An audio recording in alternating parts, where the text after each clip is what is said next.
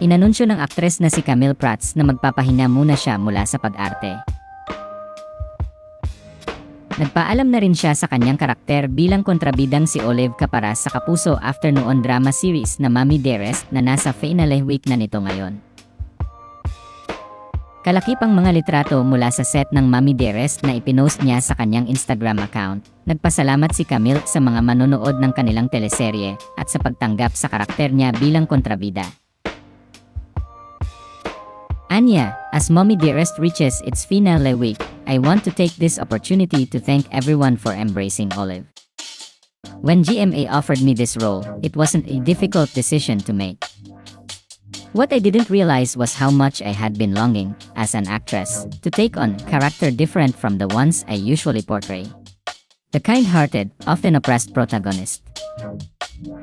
Playing Olive breathed new life into my passion for acting. I'm truly grateful to have explored this different side of my creativity. A heartfelt thank you to Direct Gina Alahar for laying the foundation of this character and for your steady guidance, especially during our early taping days. Nagpasalamat din si Camille sa mga ka-eksena niya dahil sa masaya nilang samahan sa set.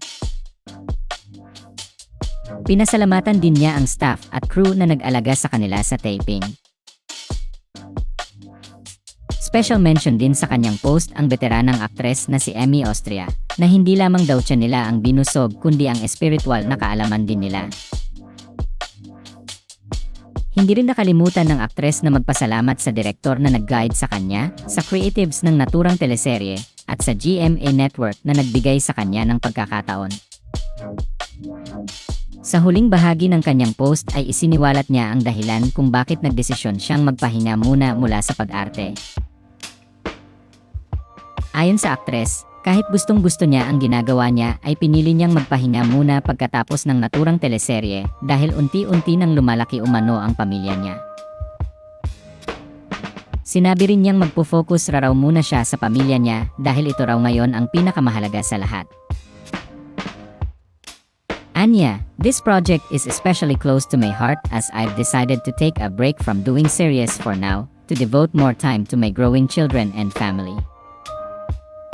Turns out, hindi ko pala kayang hatiin ang katawan ko, and while I deeply love what I do and remain incredibly grateful for the support you've shown this project, I'm being called to be a wife and mom first. Thank you all from the bottom of my heart. Hanggang sa muli.